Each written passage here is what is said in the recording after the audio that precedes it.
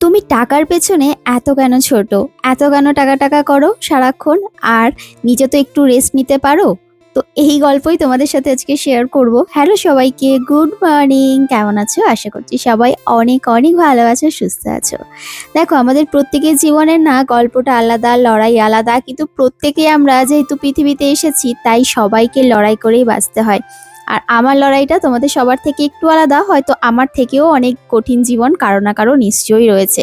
আমি কখনোই বলি না আমার জীবনটা অনেক কঠিন, কিন্তু কি বলতো, ইনকাম তো শুধুমাত্র একমাত্র আমাকেই করতে হয়। আমার হাজব্যান্ড আমাকে অনেকভাবে হেল্প করে, বিভিন্ন প্রমোশনাল কাজকর্ম, ব্র্যান্ডের সাথে কথাবার্তা বলা, তারপরে কোনো প্রবলেম হলে সমস্ত কিছু ও সলভ করে, কিন্তু আসলে যে কাজটা, যে খাটনিটা, সেটা কিন্তু আমাকেই করতে হয়।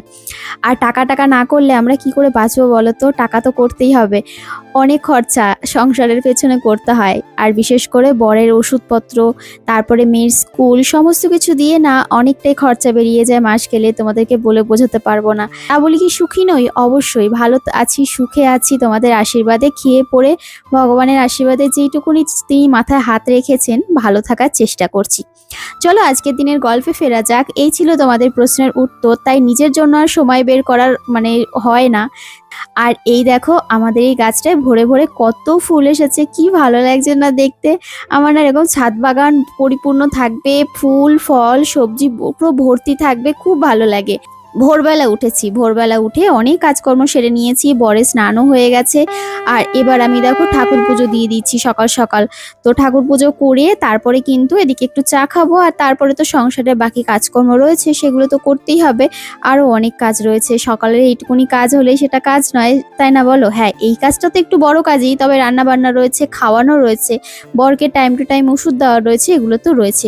সকালবেলা আমার ঠাকুর পুজো হয়ে গেছে, আর ঠাকুর পুজো করলে না মনটা এত ভালো লাগে, আমি তোমাদেরকে বলে বোঝাতে পারবো না। আর এখন দেখো তোমাদেরকে দুটো কর্ড সেট দেখাবো। আমি প্রতিদিন সকালে মেয়েকে স্কুল দিতে যাই, তো খুব তাড়াতাড়ি করে রেডি হই, তো যেই কারণে আমি দুটো কর্ড সেট নিয়ে নিয়েছি গরমে পরার জন্য। তো এটা ছিল ফার্স্ট এডটা, এটাও ছিল ভীষণ কমফোর্টেবল, তার সাথে সুতোর কাজ করা, এটাও একটা কর্ড সেট।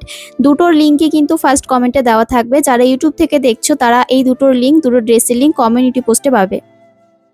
আর তারপরে রান্নাঘরে এসে সকালের কি খাওয়া দাওয়া করব সেটাই জোগাড় করে নিচ্ছি। মেয়ে তো ইদানিং ভাতই খাচ্ছিল বেশ অনেক দিন ধরে, কিন্তু ওনার সকালে উঠে এখন আর ভাতটা খেতে চায় না। তাই আর কি ভাবি যে কিছু একটা যদি করে দেওয়া যায়, যদি স্কুল থাকে তাহলে তো ভোরবেলা উঠে আমি রুটি টুটি করে দিই, টিফিন নিয়ে যায়, বাড়ি দিয়ে তো আর খেতে পারে না অত সকালবেলা, যেহেতু বেরোতে হয় মর্নিং স্কুল, তো আমরা তো জানোই। তারপরে চা করলাম, বর আবার চাটা খাবে। তো এই ছিল সকালের রুটিন। আর তারপরে আমার মাম্মাম এসেছিল, ও তো সারাদিন আজকে এখানেই থাকবে, প্রায় দিনই এখানেই থাকে, খুব ভালো লাগে ওর সাথে সময় কাটাতে। চলো টাটা।